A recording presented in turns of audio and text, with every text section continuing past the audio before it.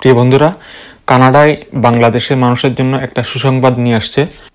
এখানকার parliament member এবং প্রথম বাংলাদেশি বংশোদ্ভূত কোনো একজন পার্লামেন্ট মেম্বার ডলি বেগম, তিনি আমাদের জন্য সুসংবাদ নিয়ে আসছেন। তাকে মন্ত্রীর পদমর্যাদা দেওয়া হয়েছে। এখন থেকে তিনি public transit, equity and anti racism মিনিস্ট্রির শ্যাডো মিনিস্টার হিসেবে কাজ করবেন, বাংলায় যেটাকে বলে ছায়ামন্ত্রী।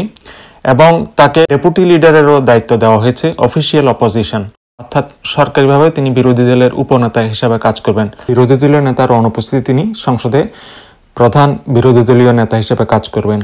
এটা নিশ্চয়ই ডলি বেগমের জন্য একটা বিরাট প্রাপ্তি, সে সাথে আমাদের জন্য আমাদের গৌরব।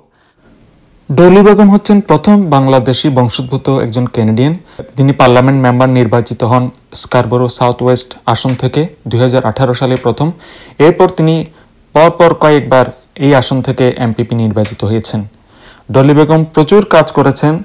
তার সবচেয়ে বড় গুণ হচ্ছে তিনি সব মিটিংয়ে থাকেন, পাবলিক মিটিংয়ে, এমনকি বিভিন্ন প্রাইভেট অনুষ্ঠানেও তিনি থাকেন। ডলি বেগমের একটা সরব উপস্থিতি আমাদের কমিউনিটিতে দেখা যায়। শুধু বাংলাদেশের মানুষ না, সব কমিউনিটিতে ডলি বেগম সমান জনপ্রিয় এবং তিনি একজন ভালো ক্রিটিক। সরকারিভাবেও তিনি ক্রিটিক হিসাবে সমাদৃত এবং তার বিভিন্ন এই সমস্ত ক্রিটিক বা এই সমস্ত কার্যকলাপের কারণে তাকে মূল্যায়ন করা হয় সরকারি মহলে, বিরোধী মহলে। এবং ডলি বেগমের লিডারশিপের কারণে বেশ কিছু উন্নতি হয়েছে কানাডার অন্টারিওতে।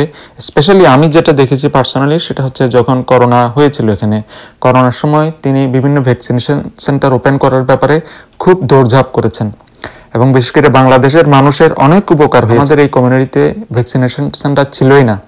ডলি বেগম লবি করে সংসদে বলে এখানে অনেকগুলা ভ্যাকসিনেশন সেন্টার চালু করেছেন এবং শুধুমাত্র আমাদের বাংলাদেশের কমিউনিটিতে না, সমস্ত তার এই আসনে অনেকগুলো ভ্যাকসিনেশন সেন্টার তিনি চালু করেছেন, যে কারণে করোনার সময় দ্রুত এখানে ভ্যাকসিনেশন দেওয়াটা সম্ভব হয়েছিল এবং সেটা খুব কাজে দিয়েছিল।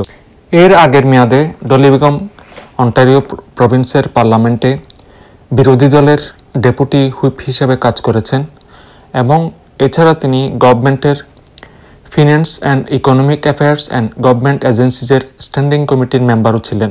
আমরা ডলি বেগমের দীর্ঘজীবন এবং উত্তরোত্তর সাফল্য কামনা করি।